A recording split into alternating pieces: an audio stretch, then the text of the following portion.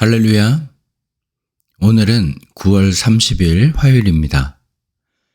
9월의 마지막 날, 한 달의 삶을 마무리하고 새로운 달을 준비하는 이 복된 자리에 하나님의 신실하신 언약이 우리의 삶을 새롭게 하는 은혜가 있기를 축원합니다. 오늘 우리가 나눌 말씀은요, 역대하 13장 1절로 14장 1절까지의 말씀입니다. 역대하 13장 1절로 14장 1절까지의 말씀을 우리 찾아서 함께 읽고 나누는 시간 가지도록 하겠습니다. 제13장.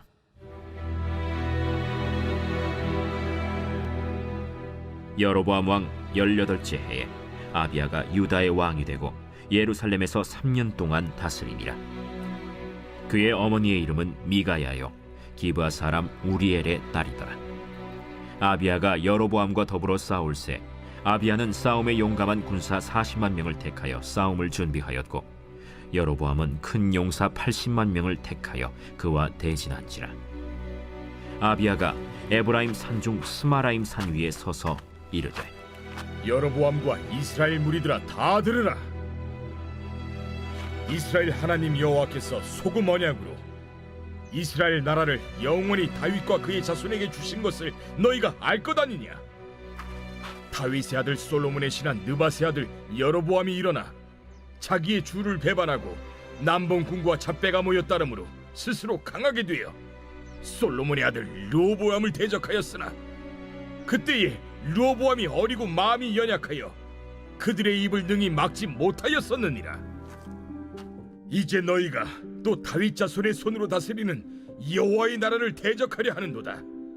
너희는 큰 무리요, 또 여로보암이 너희를 위하여 신으로 만든 금송아지들이 너희와 함께 있도다. 너희가 아론 자손인 여호와의 제사장들과 레위 사람들을 쫓아내고 이방 백성들의 풍속을 따라 제사장을 삼지 아니하였느냐? 누구를 막론하고 어린 수송아지 한 마리와 순양 7마리를 끌고 와서 장립을 받고자 하는 자마다 험한 신들의 제사장이 될 수 있도다. 우리에게는 여호와께서 우리 하나님이 되시니 우리가 그를 배반하지 아니하였고 여호와를 섬기는 제사장들이 있으니 아론의 자손이요 또 레위 사람들이 수종들어 매일 아침 저녁으로 여호와 앞에 번제를 드리며 분향하며 또 깨끗한 상에 진설병을 놓고 또 금 등잔대가 있어 그 등에 저녁마다 불을 켜나니 우리는 우리 하나님의 여호와의 계명을 지키나 너희는 그를 배반하였느니라. 하나님이 우리와 함께하사 우리의 머리가 되시고 그의 제사장들도 우리와 함께하여 전쟁의 나팔을 불어 너희를 공격하느니라. 이스라엘 자손들아, 너희 조상들의 하나님 여호와와 싸우지 말라. 너희가 형통하지 못하리라. 여로보암이 유다의 뒤를 둘러 복병하였으므로 그 앞에는 이스라엘 사람들이 있고 그 뒤에는 복병이 있는지라. 유다 사람이 뒤를 돌아보고 자기 앞뒤의 적병으로 말미암아 여호와께 부르짖고 제사장들은 나팔을 부으니라. 유다 사람이 소리 지르매 유다 사람이 소리 지를 때에 하나님이 여로보암과 온 이스라엘을 아비야와 유다 앞에서 치시니 이스라엘 자손이 유다 앞에서 도망하는지라. 하나님이 그들의 손에 넘기셨으므로 아비야와 그의 백성이 크게 무찌르니 이스라엘이 택한 병사들이 죽임을 당하고 엎드러진 자들이 50만 명이었더라. 그때 이스라엘 자손이 항복하고 유다 자손이 이겼으니 이는 그들이 그들의 조상들의 하나님 여호와를 의지하였음이라. 아비야가 여로보암을 쫓아가서 그의 성읍들을 빼앗았으니 곧 베델과 그 동네들과 여사나와 그 동네들과 에브론과 그 동네들이라. 아비야 때 여로보암이 다시 강성하지 못하고 여호와의 지심을 입어 죽었고 아비야는 점점 강성하며 아내 14을 거느려 아들 22과 딸 16을 낳았더라. 아비야의 남은 사적과 그의 행위와 그의 말은 선지자 iddo의 주석책에 기록되니라. 제14장.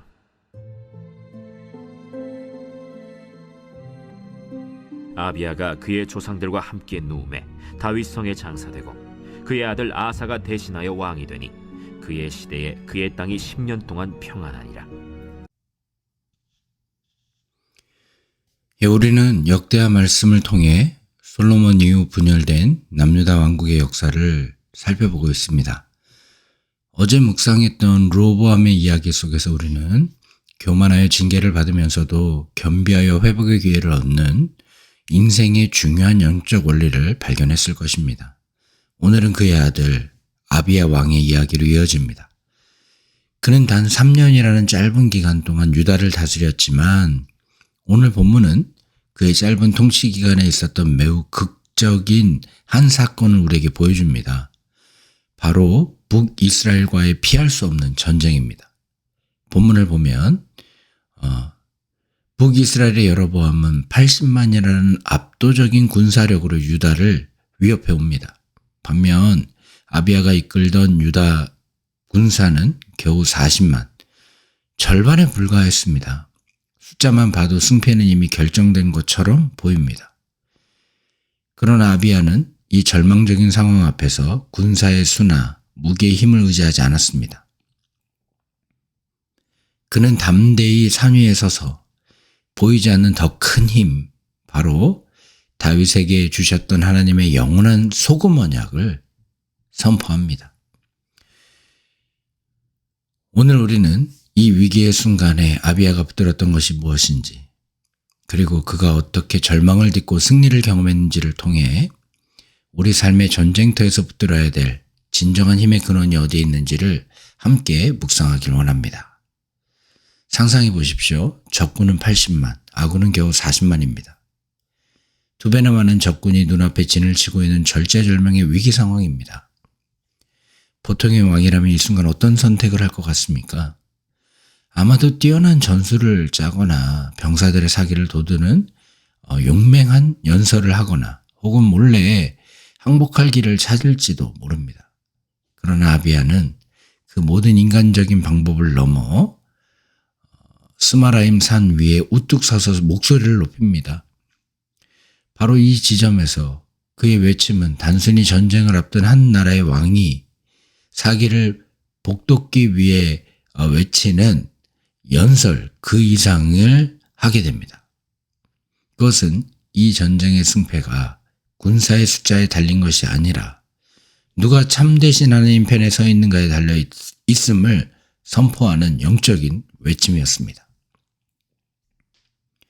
그는 유다 왕국의 정통성이 다윗에게 주신 하나님의 언약에 있음을 주장하며 금송아지를 섬기는 북이스라엘과 배교를 책망합니다.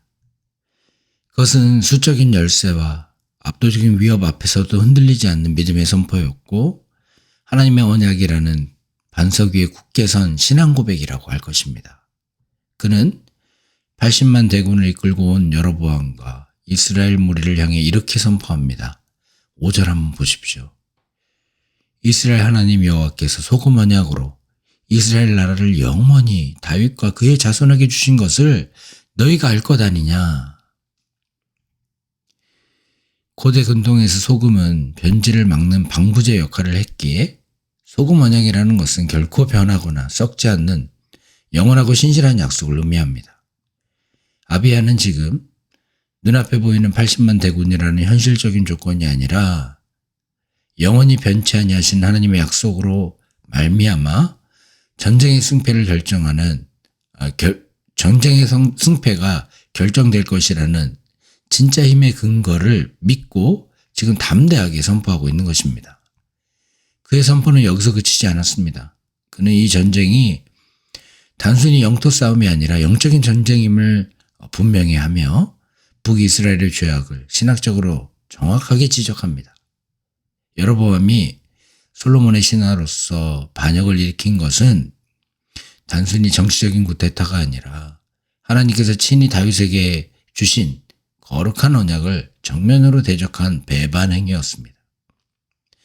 또한 그들이 백성들의 편의를 위해 베델과 단에 금송아지를 만들어 섬기고 하나님의 거룩한 부르심을 받은 레위인이 아닌 돈과 재물을 가지고 오는 아무나 제사장으로 삼은 것은 하나님이 정하신 예배의 질서를 근본적으로 무너뜨린 심각한 우상숭배였습니다.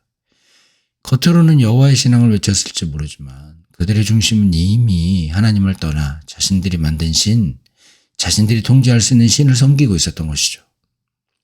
반면 유다는 비록 연약하고 군사력도 절반에 불과했지만 아론의 자손인 제사장들과 레위인들이 하나님의 규례를 따라 거룩한 성전에서 섬기며 예배의 질서를 지키고 있었던 것입니다.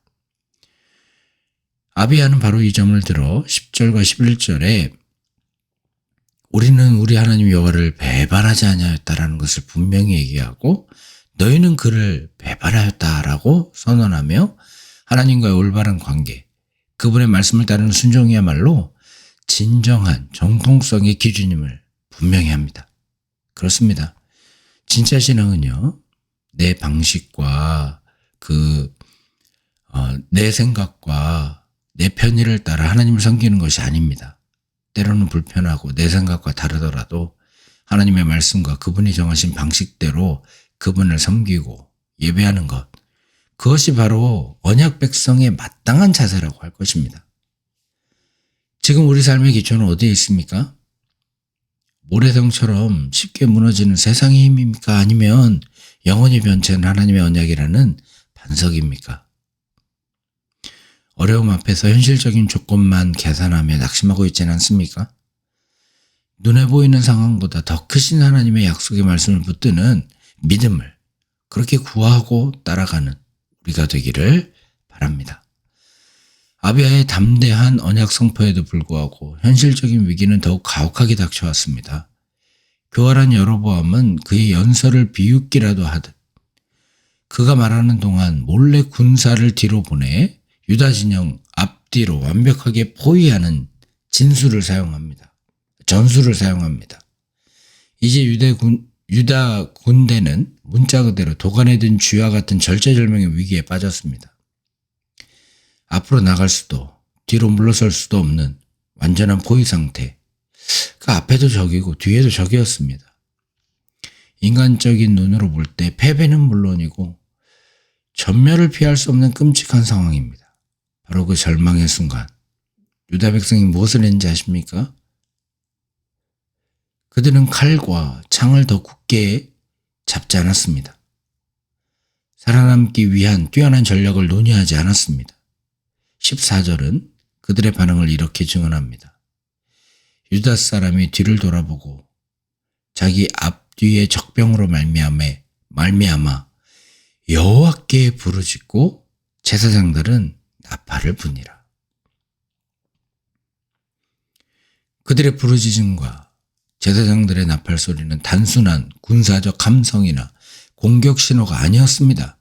그것은 모든 인간적인 방법과 가능성이 완전히 끊어진 절망의 자리에서 터져나온 오직 하나님만을 의지하는 간절한 신앙의 고백이었다 할 것입니다. 그들은 자신들의 힘으로는 이 상황을 단 1%도 해결할 수 없음을 철저히 인정하고 자신들의 생명과 운명을 온전히 하나님께 내맡긴 것입니다. 특히 제사장들이 분 나팔은 하나님께서 전쟁에 나갈 때 나팔을 불면 내가 너희를 기억하고 구원하겠다 하셨던 그 약속의 말씀을 붙드는 믿음의 행위였던 것입니다. 그리고 하나님은 그 믿음의 부르짖음에 즉각적으로 그리고 강력하게 응답하셨습니다. 하나님께서 친히 전쟁에 개입하시사 경고해 보였던 80만 대군은 겨우 절반밖에 되지 않는 40만 대군 앞에서 속수무책으로 무너져 내립니다. 18절은 그 기적적인 상황을, 그 원인을 한 문장으로 명확하게 결론 내립니다. 그때의 이스라엘 자손이 항복하고 유다 자손이 이겼으니 이는 그들이 그들의 조상의 하나님 여호와를 의지하였음이니라. 이 전쟁의 결과는요, 군사력의 우위나 뛰어난 전술의 차이가 아니었습니다. 오직 누가 진정으로 살아계신 하나님을 의지하는가, 그것에 따라서 결정된 명백한 영적 전쟁의 승리였습니다. 사랑하는 성도 여러분, 우리 인생에도 때로 예고 없이 앞뒤가 막힌 듯한 절망의 순간이 찾아옵니다. 갑작스러운 질병에 진단을 받을 때도 있고 예기치 못한 재정적인 어려움에 막다트릴 때도 있습니다. 정말 믿었던 사람에게서 당하는 배신감, 출구가 보이지 않는 관계의 갈등 속에서 어떤 희망도 찾을 수 없을 때가 있습니다. 바로 그때 우리가 해야 될 일이 무엇입니까? 우리가 하나님께 부르짖어야 할 때임을 잊지 않게 되길 바랍니다. 우리의 모든 문제보다 크신 하나님은요, 오늘도 위기의 순간에 세상의 방법을 기울거리지 않고 오직 주님께 눈물로 부르짖는 자신의 자녀들의 간구를 결코 외면하지 아니하시고 우리의 상상을 뛰어넘는 놀라운 구원의 손길로 응답해 주시는 줄 믿습니다. 지금 우리의 앞뒤로 포위하고 있는 인생의 문제는 무엇입니까? 그 문제 앞에서 사람을 의지하지 않고 오직 하나님의 언약을 기억하며 부르짖기로 결단하는 우리가 되길 바랍니다. 사랑하는 성도 여러분, 열왕기서의 저자는 아비야 왕을 평가하며 그의 마음이 다윗과 같지 않아 온전하지 못했다라고 기록합니다. 실제로 그는 이방 여인들을 아내로 맞이하는 등 허물이 많은 왕이었습니다. 하지만 역대기 저자는 그의 연약함과 실수에도 불구하고 그가 결정적인 순간에 하나님의 언약을 붙들고 하나님을 의지하여 위기를 돌파했던 이 빛나는 순간을 우리에게 보여줍니다. 이것은 우리에게 큰 소망과 위로가 됩니다. 우리는 모두 아비야처럼 연약하고 온전하지 못한 존재들입니다. 그러나 그런 우리라 할지라도 삶의 위기 앞에서 세상의 힘이 아닌 하나님의 언약을 기억하고 내 지혜가 아닌 주님의 도우심을 구하며 부르짖을 때 하나님은 우리의 연약함을 통해 하나님의 위대한 능력을 드러내시고 우리를 승리의 자리로 이끌어 주시는 것입니다. 9월의 마지막 날 우리의 힘과 숫자를 의지했던 교만을 내려놓고 오직 하나님의 신실하신 언약만을 붙들고 믿음으로 부르짖음으로써 하나님이 주시는 그 참된 승리와 평안을 누리는 복된 하루가 되기를 주님의 이름으로 간절히 축원합니다. 제가 잠시 기도하겠습니다. 신실하신 하나님 아버지, 세상의 힘과 숫자가 아니라 영원히 변치 않는 주님의 언약만이 우리의 진정한 힘의 근거임을 믿습니다. 또한 그것을 깨닫게 해주시니 감사합니다. 오늘 저희가 삶의 전쟁터에서 세상의 조건을 바라보며 낙심하는 것이 아니라 신실하신 주님의 약속 위에 굳게 서게 하여 주옵소서. 우리의 삶을 돌아볼 때 주님을 섬긴다 하면서도 여전히 내 방식과 내 편의를 따라 행했던 교만함을 회개합니다. 이제 우리의 모든 것을 내려놓고 오직 주님께서 정하신 길과 방법대로 주님을 따르는 순종의 백성이 될 수 있도록 주님 역사하여 주옵소서. 특별히 앞뒤가 꽉 막힌 절망의 순간을 만날 때 인간적인 방법을 의지하고 오직 주님께 부르짖는 믿음을 의지하지 않고 오직 주님께 부르짖는 믿음을 허락하여 주옵소서. 우리의 부르짖음에 응답하시고 친히 싸우시는 주님의 능력을 경험하게 하시며 마침내 주님 주시는 참된 승리와 평안을 누리게 하여 주옵소서. 이 모든 말씀 우리 주 예수 그리스도의 이름으로 기도하옵나이다. 아멘. 주기도문으로 새벽 말씀 나눔을 마치겠습니다. 하늘에 계신 우리 아버지여, 이름이 거룩히 여김을 받으시오며 나라의 마옵시며 뜻지 않으서 이룬 것 같이 땅에서 이루어지이다. 오늘날 우리에게 일용할 양식을 주옵시고 우리가 우리에게 죄진 자를 사하여 준 것 같이 우리 죄를 사하여 주옵시고 우리를 시험에 들게 하지 마옵시고 다만 악에서 구하옵소서. 대개 나라와 권세와 영광이 아버지께 영원히 있사옵나이다. 아멘. 이 시간 우리 함께 기도하길 원합니다. 오늘 주신 말씀을 붙들고 함께 기도합시다. 먼저 우리가 의지했던 세상의 힘과 숫자를 내려놓고 오직 하나님의 신실하신 언약만을 붙들기로 그런 용기를 달라고 기도할 수 있게 되길 바랍니다. 또한 앞뒤가 꽉 막힌 인생의 문제 앞에서 낙심하고 절망했던 우리의 연약함을 회개하며 이제는 오직 하나님께 부르짖어 기도하는 믿음의 사람이 되게 해달라고 간구하게 되길 바랍니다. 그래서 하나님께서 친히 싸우시고 승리하게 하시는 놀라운 역전을 경험하게 해달라고 기도하시고 마지막으로 교회를 위해 우리 교회에 소속된 모든 교우들과 이웃들을 위하여 이 시간 다 함께 주님 앞에 기도하는 시간 가지도록 하겠습니다. 오늘도 주님이 함께 하십니다. 주를 의지하여 승리하는 하루가 되기를 기원합니다. 잠시 기도하는 시간 갖도록 하겠습니다.